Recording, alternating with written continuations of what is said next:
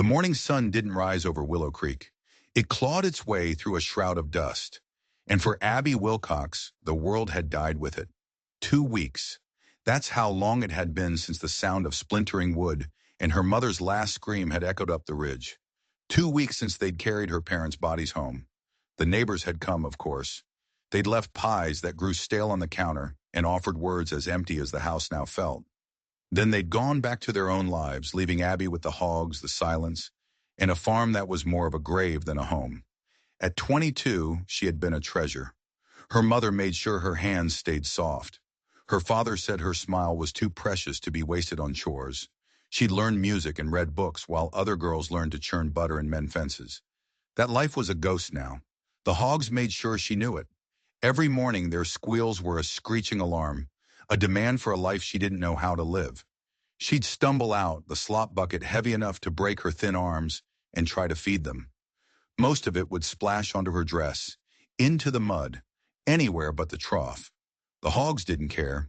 They'd dive into the slop, their squeals turning to grunts of satisfaction. Then one morning she slipped. The gate swung back. She lost her footing, and with a small cry, she went down. Flat on her back in the filth, a sow trotting past and knocking her shoulder as if she were just another fence post. For a moment she thought she would cry. The tears burned behind her eyes, but then a laugh bubbled up, cracked and hoarse. "You win," she told the hogs, staring at the empty sky. "You win for now." But the victory was short-lived. Inside, the house was a monument to her failure. A kettle boiled dry, its smoke a bitter incense. The bread she'd tried to bake sat on the counter, a perfect stone. Laundry was a mountain in the corner. Her father's desk was a mess of unpaid bills and forgotten notes.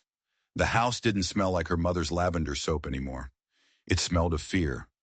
That night she burned the beans black. She tried to mend a dress and stabbed her own finger, watching the blood well up, a single red tear. The whispers from town were in her head now, loud and clear. That Wilcox girl, she won't last the season. Someone will buy that land before the snow falls. She buried her face in her hands, the candlelight flickering across her despair. And that's when she remembered it. A story her mother used to tell, half laughing, about lonely men in the territories. Men who wrote to newspapers looking for wives. Mail-order brides, her mother had called them. It wasn't funny anymore. It was a lifeline. She pushed the ruined beans aside, found a pen and paper on her father's desk, and began to write. The words came out shaky, blotted with ink and desperation. "To whom it may concern," she wrote, "I am a young woman alone.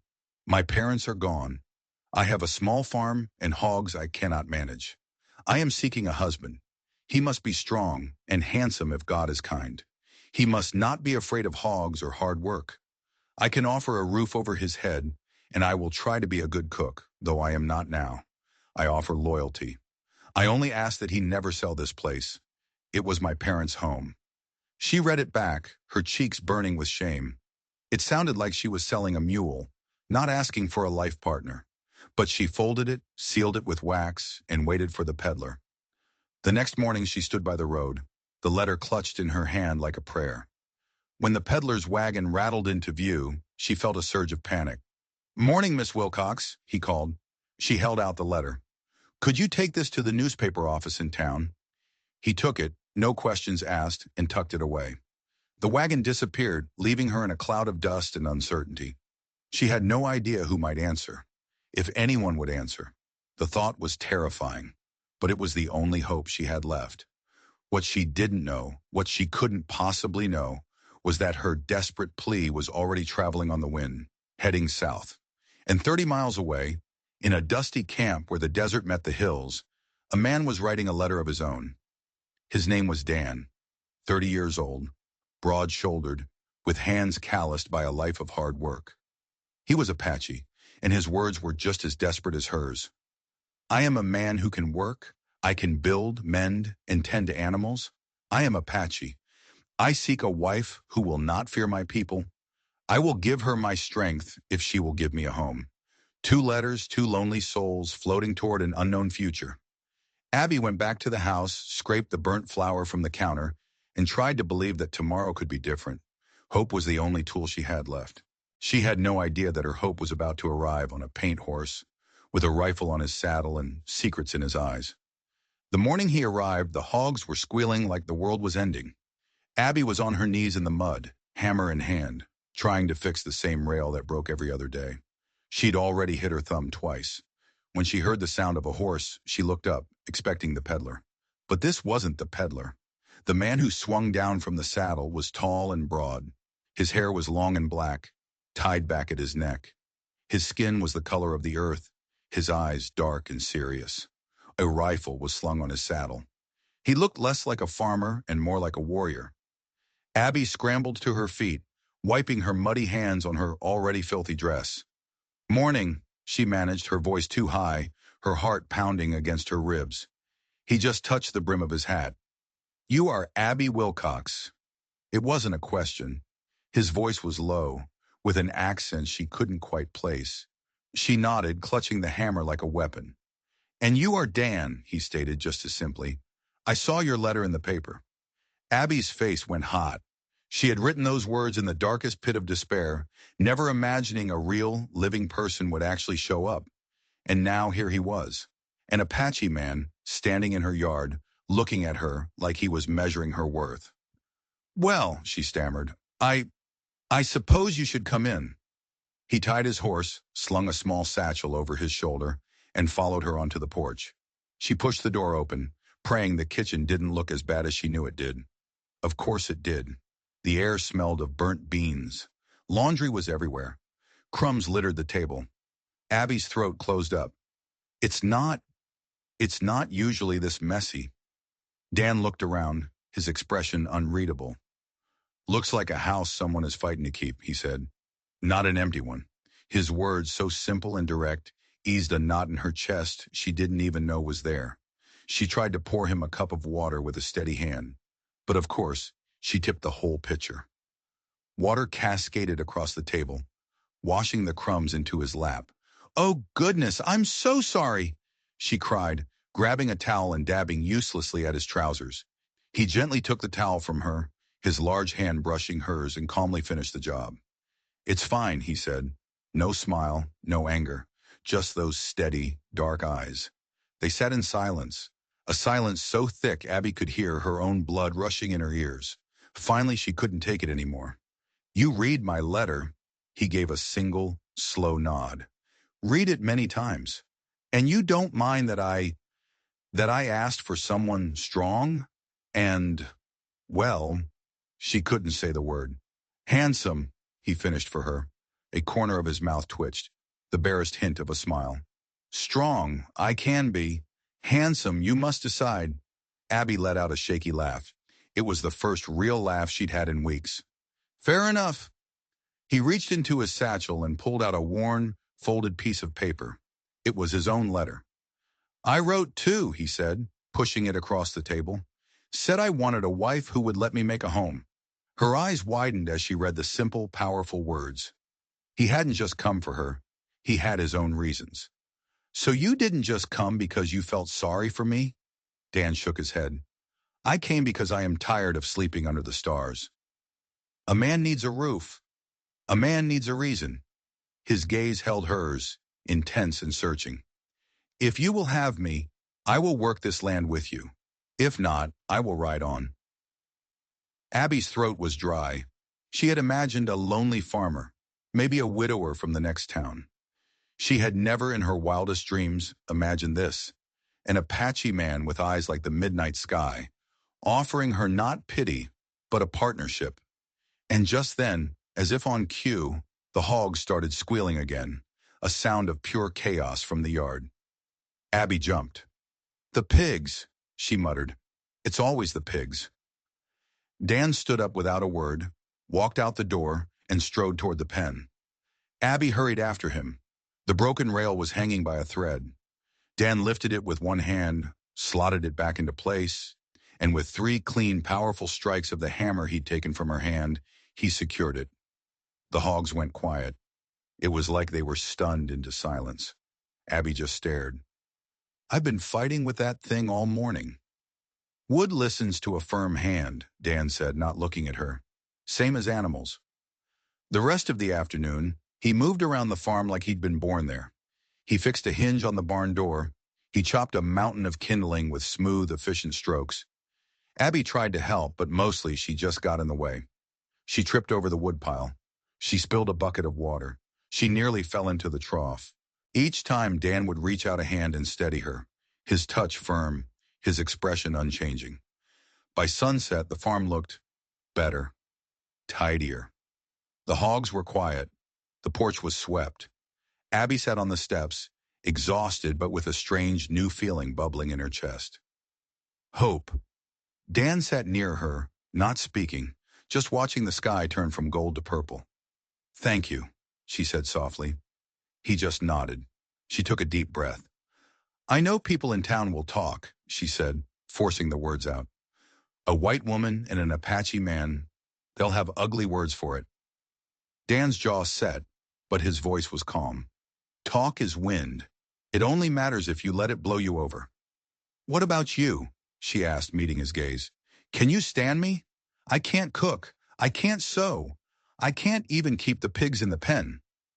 And for the first time, he gave her a real smile.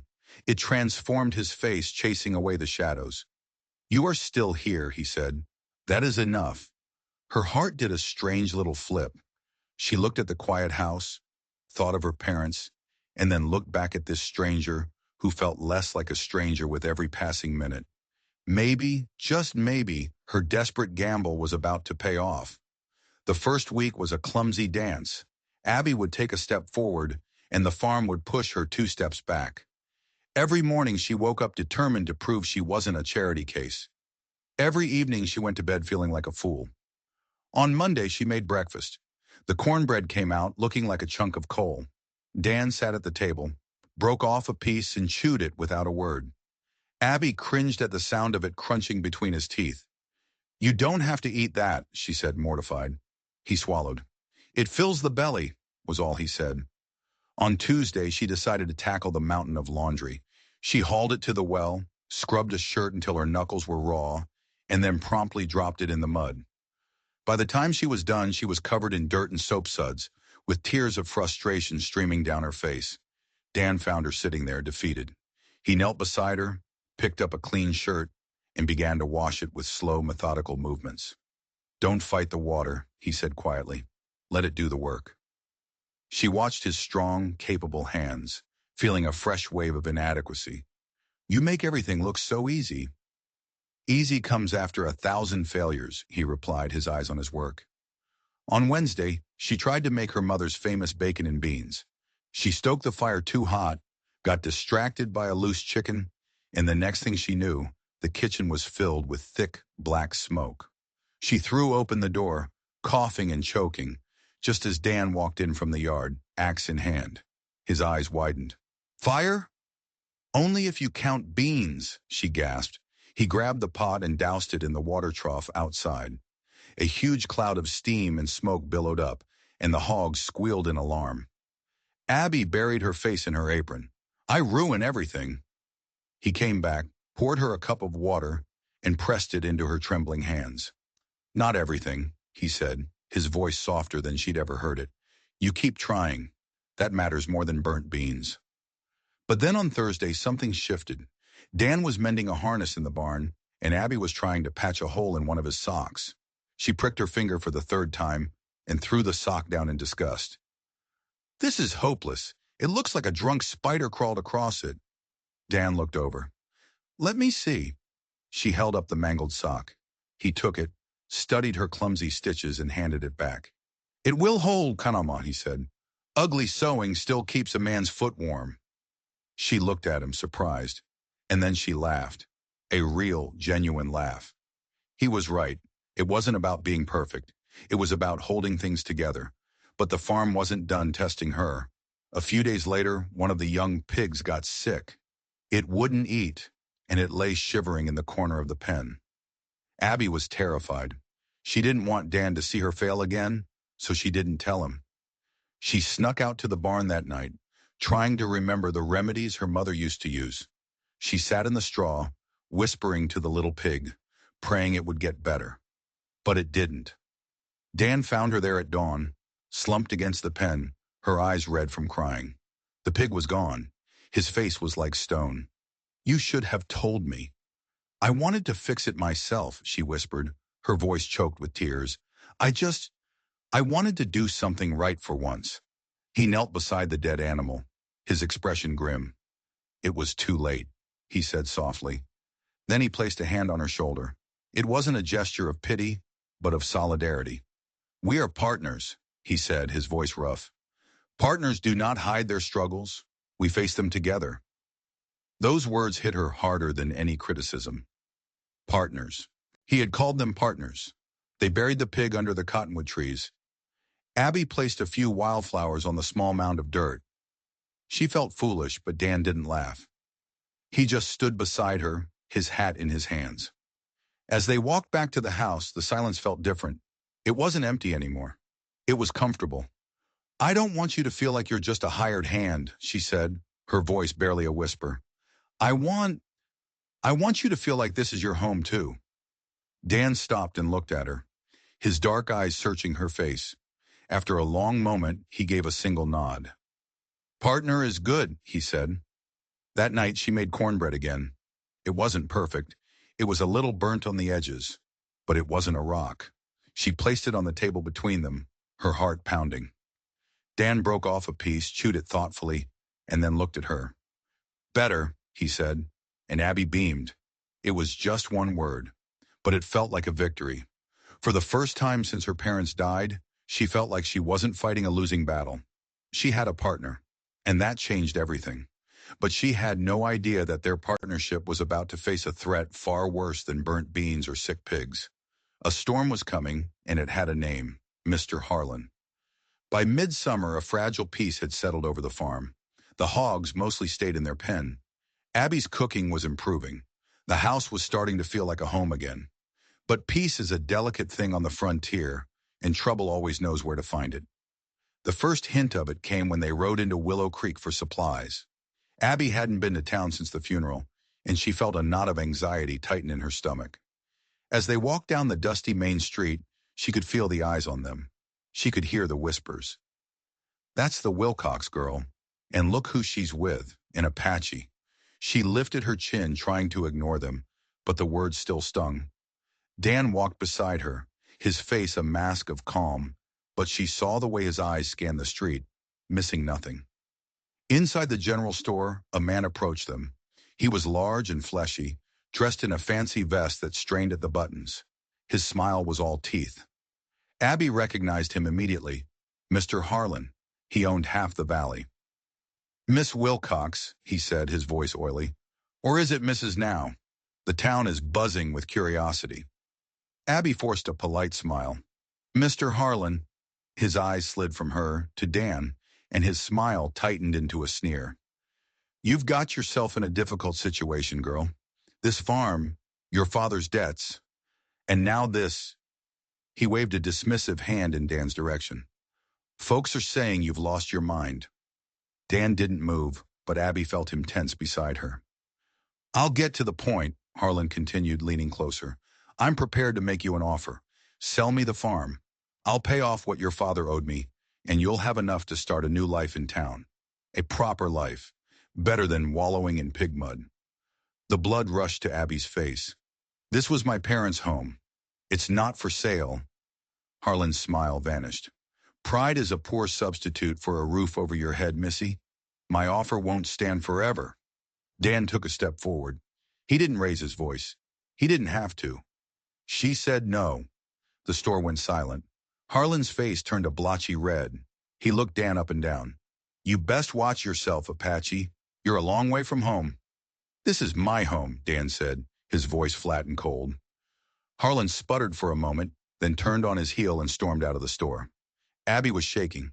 On the ride back to the farm, she couldn't stop thinking about what he'd said. Your father's debts. "He's lying," she said, more to convince herself than Dan. "My father was a careful man." Dan was silent for a long time.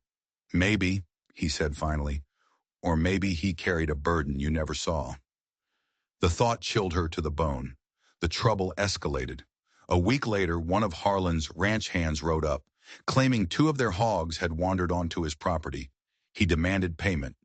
Dan stepped out of the barn, his arms folded. The fence is strong. The hogs were here all day. The man spat on the ground. You calling me a liar? Dan just looked at him. He didn't say a word. He just took one slow, deliberate step forward.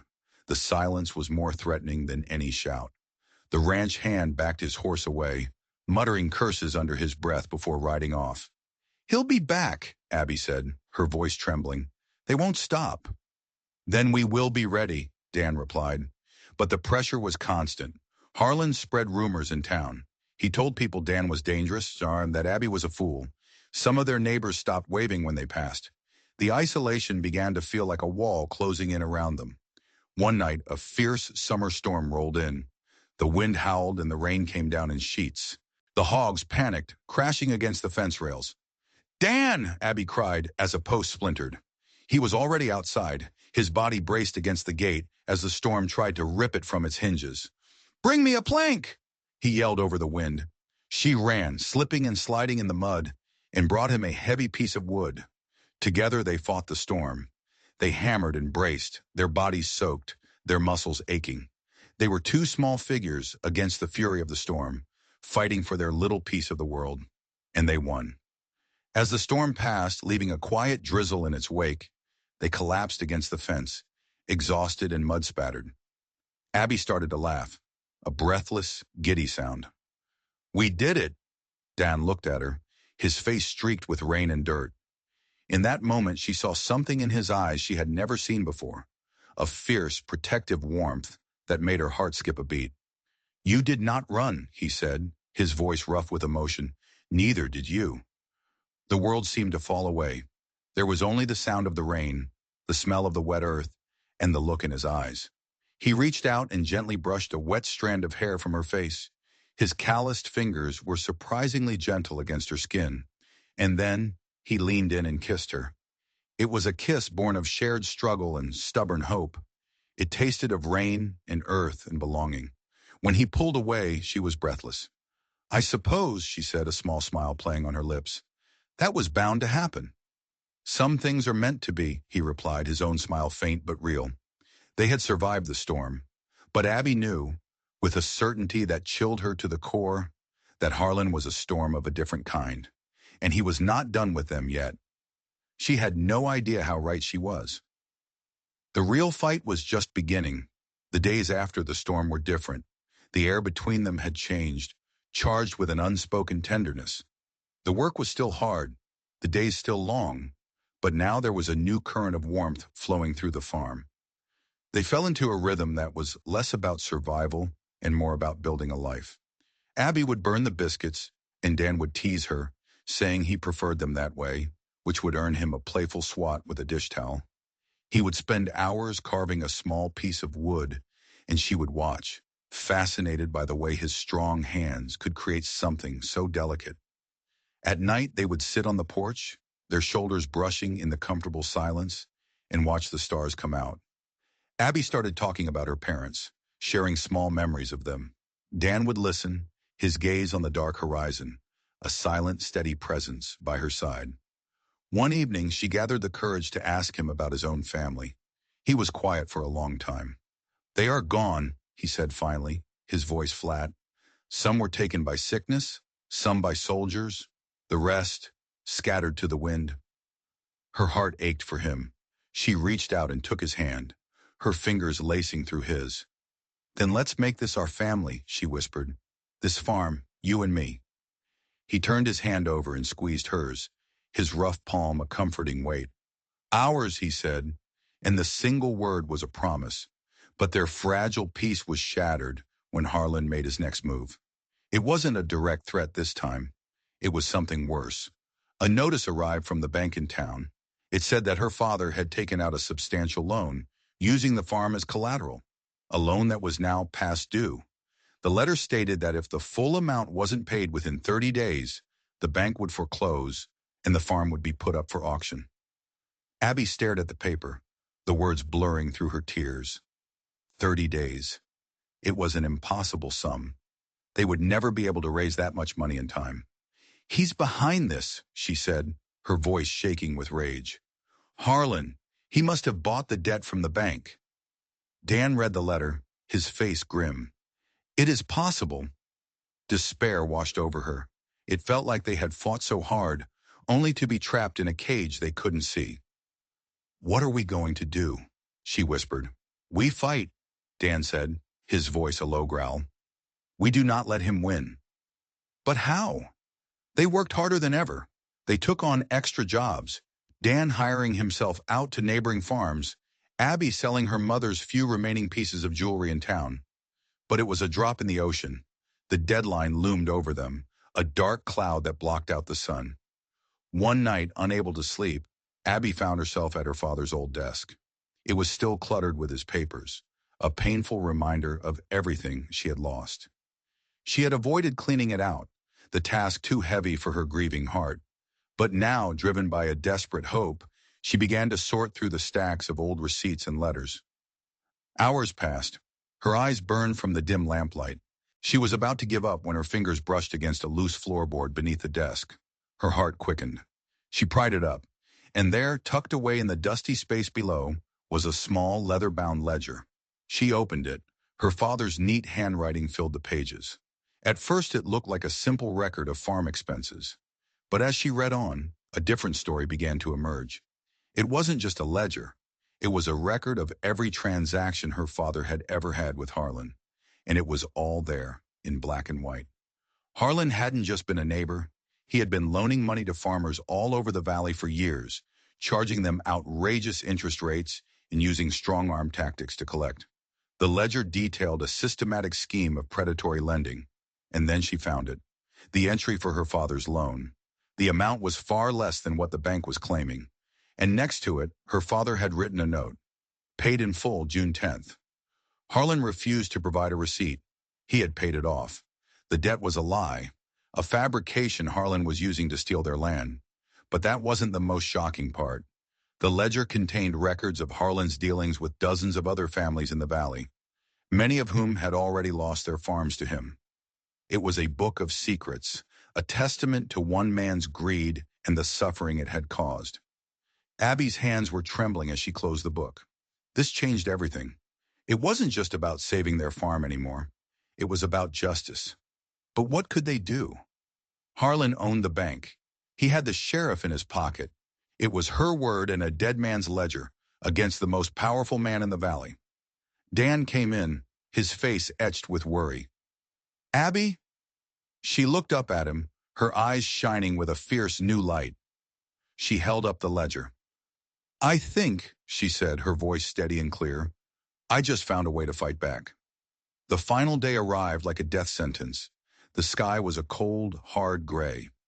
Abby stood on the porch, the leather-bound ledger clutched in her hands. Beside her, Dan stood as still and silent as the ancient hills, his rifle resting in the crook of his arm. They didn't have to wait long. Two riders appeared at the end of the lane. Sheriff Miller, his badge glinting dully on his chest, and behind him, Mr. Harlan, a triumphant smirk on his face. They rode up to the house and dismounted. "Morning, Abby," the sheriff said, his eyes not quite meeting hers. "I'm sorry it's come to this. I've got a court order here. You have until noon to vacate the premises." Harlan stepped forward, his eyes sweeping over the farm with a possessive gleam. "Don't you worry, girl. I'll take good care of the place. A shame your father wasn't a better businessman." Abby's hand tightened on the ledger. "My father," she said, her voice clear and cold, "was an honest man, which is more than I can say for you, Mr. Harlan." Harlan laughed. Brave words from a girl who's about to be homeless. "I don't think so," Abby said. She stepped forward and held out the ledger to the sheriff. "Before you throw us off our land, Sheriff, you might want to look at this." The sheriff took the book, a flicker of confusion on his face. He opened it. As he read, the color drained from his face. He flipped through the pages, his eyes growing wider with each entry. Harlan's smirk faltered. "What is that nonsense? Some fantasy she's cooked up?" "It's not nonsense," Dan said, his voice a low rumble. "It is the truth." Just then, another sound drifted up the lane. The sound of wagon wheels. Lots of them. A small procession of wagons and riders was coming up the road. It was their neighbors, the ones who had shunned them, the ones who had whispered behind their backs. They pulled up, their faces grim and determined. An old farmer, Mr. Jensen, who had lost his land to Harlan 2 years prior, stepped forward. "We heard about the ledger, Abby," he said. "The peddler told us. We've come to stand with you." Harlan's face was a mask of fury. "You people are fools. This is a private matter." "It stopped being a private matter," Mrs. Gable said, her voice trembling with anger, "when you stole my family's home." One by one, they stepped forward, each with a story of Harlan's greed and deception. The sheriff looked from the ledger to the angry faces of the townspeople, and then to Harlan. For the first time, Harlan looked scared.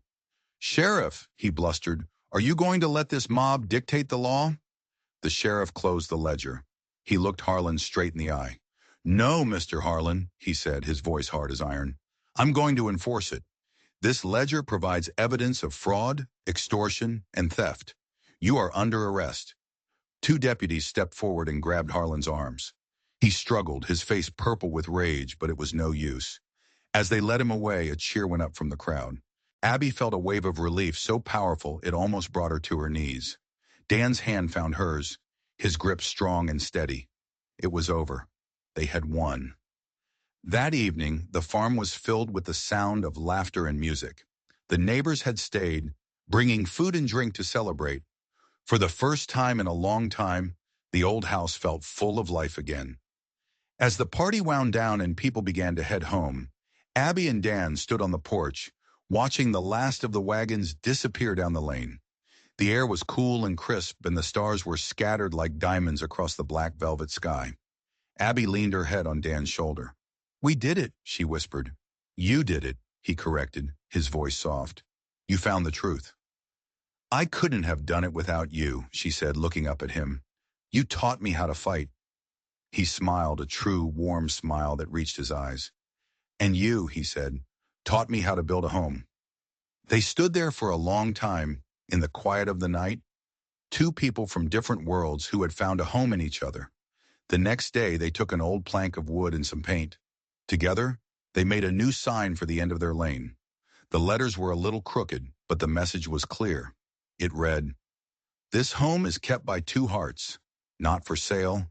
Years passed, the farm prospered, the hogs grew fat, and the cottonwood trees grew tall. Abby never became a perfect cook, and Dan never lost his quiet ways, but they built a life filled with laughter, hard work, and a deep, abiding love.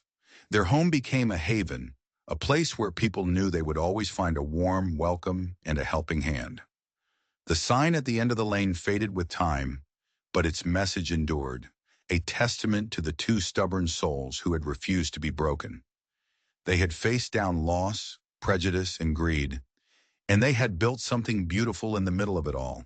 A home, a partnership, a love story written not in ink, but in the rich, dark soil of the land they had fought so hard to keep. Thank you for staying with me through Abby and Dan's journey. If their story of courage and love touched your heart, I'd be so grateful if you'd give this video a like and subscribe to the channel. Your support helps me continue to share stories that matter. I'll see you in the next one.